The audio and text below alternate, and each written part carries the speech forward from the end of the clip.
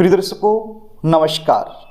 मौनी अमावस्या के दिन रोटी की सहायता से किया गया एक छोटा सा उपाय करवा सकता है आपके बच्चों का विवाह। यदि आपके बच्चों की शादी में लगातार देरी बनी हुई है, बहुत ज़्यादा कोशिश करने के बावजूद भी शादी के लिए रिश्ता पक्का नहीं हो पा रहा है, तो ये वीडियो आपके लिए है। जो उपाय आज मैं आपको बताने वाला हूँ, ये उपाय आपने मौनी अमावस्या के दिन ही करना है। ये उपाय यदि बच्चे खुद करना चाहें तो खुद भी कर सकते हैं, और यदि खुद नहीं कर पाते हैं तो ऐसी सिचुएशन में माता पिता अपने बच्चों की जल्दी शादी के लिए ये उपाय जरूर करें।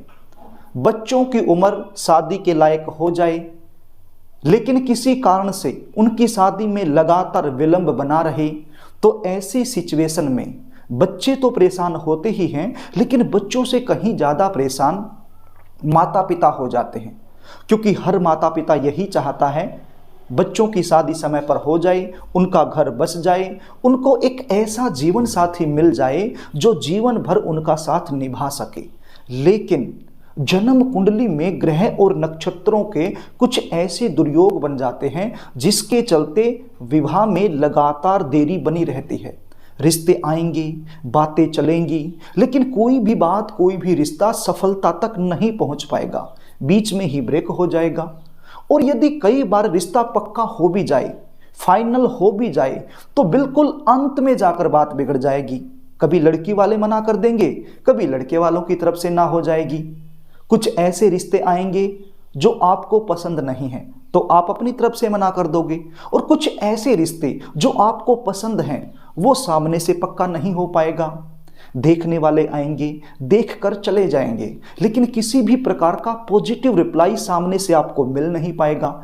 आप इंतजार करते रहोगे। प्रिय दर्शकों, यदि आप लोगों के साथ भी यही सिचुएशन बनी हुई है तो ये वीडियो जरूर देखना, और जो उपाय मैं आपको बताने वाला हूं, ये उपाय आपने मौनी अमावस्या के दिन जरूर करना है। उपाय बताऊं इससे पहले आपसे निवेदन करना चाहूँगा, यदि आप चैनल पर नए हैं और अभी तक आपने इस चैनल को सब्सक्राइब नहीं किया है तो मुझसे लगातार जुड़े रहने के लिए अभी इस चैनल को सब्सक्राइब कर लीजिए। इस चैनल के माध्यम से मैं विवाह में आ रही अड़चनों को दूर करने के चमत्कारी उपाय लेकर आपके सामने उपस्थित रहता हूं। यदि आप चैनल को सब्सक्राइब कर लोगे, बेल आइकन को प्रेस कर लोगे, तो हमारी आने वाली सारी वीडियो आपको आसानी से मिल जाएंगी। तो प्रिय दर्शकों, अब आप उपाय सुन लीजिए, इसको ध्यान से सुन लीजिए। मौनी अमावस्या के दिन आपने ये उपाय करना है, और ये उपाय आपने दोपहर से पहले पहले ही कर देना है, यानी कि 11-12 बजे से पहले पहले ही मॉर्निंग में ये उपाय आपने कर देना है। ये उपाय कैसे करना है इसको भी आप ध्यान से सुन लीजिए। ये उपाय करने से पहले आपको नहाना होगा। नहा धोकर के साफ सुथरे धुले हुए वस्त्र पहन लेने हैं। आपने एक रोटी बनानी है। रोटी कैसी? आटे की रोटी, गेहूं का जो आटा है उसी की आपने रोटी बनानी है, लेकिन ये रोटी मीठी होनी चाहिए। गेहूं के आटे में आप थोड़ी सी चीनी मिला लीजिए और उसको गूंथ कर एक रोटी तैयार कर लीजिए। ये बन गई मीठी रोटी। अब इस रोटी को आप घी से अच्छे से चौपड़ लीजिए। अच्छा सा घी इसके ऊपर लगा दीजिए। कौन सा घी? जो आप खाने में प्रयोग करते हो वही घी आपने लगा लेना है। उसके बाद आपने थोड़े से तिल लेने हैं। क्या लेने हैं? तिल। थोड़े से तिल लेने हैं और उस रोटी के ऊपर आपने डाल देने हैं। अब रोटी घी से चुपड़ी हुई है, जब आप उसके ऊपर तिल डालोगे तो वो तिल पूरी रोटी पर चिपक जाएंगे। मतलब तिल आपने एक ही जगह नहीं रखने हैं, पूरी रोटी पर इस प्रकार से उनको छिड़क देना है और वो तिल उस रोटी पर चिपक जाएंगे। इसके बाद क्या करना है? इसके बाद आपने इस रोटी को एक प्लेट में रख लेना है और आपके घर में ही आपने बैठ जाना है दक्षिण दिशा की तरफ मुख करके। कौन सी दिशा? दक्षिण दिशा, यानी कि साउथ जोन की तरफ मुख करके आपने बैठ जाना है और एक मंत्र का जाप करना है केवल 21 बार। छोटा सा मंत्र है प्रिय दर्शकों, स्क्रीन पर भी आप देख सकते हो और बोलकर भी मैं आपको बता देता हूं। ओम सर्वेभ्यो पितरेभ्यो नमः। क्या बोलना है? ओम सर्वेभ्यो पितरेभ्यो नमः। इस मंत्र को आपने 21 बार बोलना है। बड़ा ही आसान मंत्र है। मेरे पास कुछ ऐसे फ़ोन कॉल्स भी आते हैं जो माताएं होती हैं कि हम अनपढ़ हैं, हमें मंत्र बोलना नहीं आता है, कोई आसान सा उपाय बताइए। तो ये मंत्र तो बिल्कुल आसान है, जो माता अनपढ़ है वो भी आसानी से इस मंत्र को बोल सकती है। ओम सर्वेभ्यो पितरेभ्यो नमः। इस मंत्र को आपने 21 बार बोलना है। यदि ज़्यादा बार आप बोलना चाहो तो एक माला इस मंत्र की निकाल दीजिए, यानी कि 108 बार भी बोल सकते हो। यदि समय की कमी है तो 21 बार इसको आप बोल सकते हो। ये मंत्र बोलने के बाद आपने अपने बच्चे का ध्यान करना है। अपनी आंखें बंद करके अपने बच्चे की जल्दी शादी के लिए अपने पितृ देवताओं से प्रार्थना करनी है। आपके जो भी पितृ देव हैं उनसे आपने प्रार्थना करनी है अपने बच्चे की जल्दी शादी होने के लिए।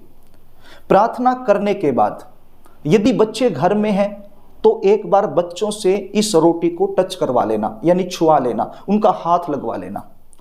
और यदि बच्चे घर पे नहीं हैं तो भी कोई प्रॉब्लम नहीं है। आपने ध्यान कर लिया अपने बच्चे का और अपने पितरों से जल्दी शादी होने के लिए प्रार्थना आपने कर ली तो कोई प्रॉब्लम नहीं है। यदि बच्चे घर में हैं तो एक बार उनका हाथ लगवा लेना, और यदि बच्चे घर में नहीं हैं तो भी कोई प्रॉब्लम नहीं है। तो अब आपने इतनी सी विधि करने के बाद इस रोटी को गाय माता को खिला देना है। आपके आसपास कोई भी गाय माता हो, गलियों में जो घूमती हैं, या फिर कहीं पर भी गौशाला में कहीं पर भी आपको गाय माता दिख जाए तो उस गाय माता को अपनी मनोकामना बोलते हुए इस रोटी को खिला देना है। गाय माता में 33 कोटि देवी देवता होते हैं। जब आप ये रोटी गाय माता को खिलाओगे तो आपकी जो मनोकामना है, आपकी जो प्रार्थना है, अपने बच्चों की जल्दी शादी को लेकर आप जो परेशान रहते हो वो परेशानी दूर हो जाएगी और आपकी जो प्रार्थना है जल्द से जल्द स्वीकार हो जाएगी। अब ये बच्चे यदि खुद करना चाहें तो खुद भी इसी तरीके से करना है। विधि विधान तरीका यही रहेगा। और माता पिता हैं आप तो भी आपने इसी तरीके से ये उपाय कर देना है। बस एक ही दिन का उपाय है, मौनी अमावस्या। कोई सामान्य अमावस्या नहीं होती, बहुत ही महत्वपूर्ण अमावस्या होती है। तो प्रिय दर्शकों, इस दिन भूमंडल पर एक ऐसा योग बनता है, यदि आप ये उपाय मेरे द्वारा बताए गए तरीके से कर दोगे तो आपके बच्चों की शादी में आ रही बड़े से बड़ी अड़चन तत्काल दूर हो जाएगी और जल्द से जल्द कोई न कोई अच्छा प्रस्ताव जरूर आएगा।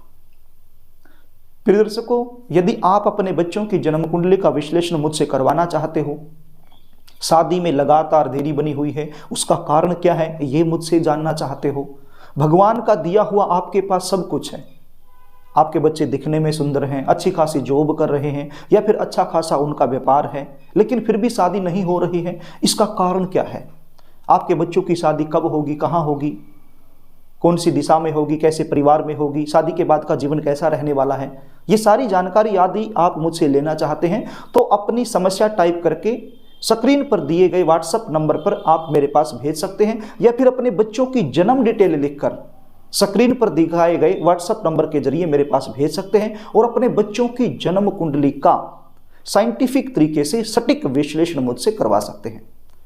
कुंडली विश्लेषण की हमारी फीस होती है, वो फीस आपको पे करनी होती है, उसके बाद संपूर्ण जानकारी आपको दे दी जाती है। प्रिय दर्शकों, यदि कार्यक्रम आपको अच्छा लगे तो इस वीडियो को लाइक करना, शेयर भी करना ताकि आप पुण्य के भागीदार बन जाएं, और कमेंट बॉक्स में ओम श्री पितृदेवता जरूर लिखना।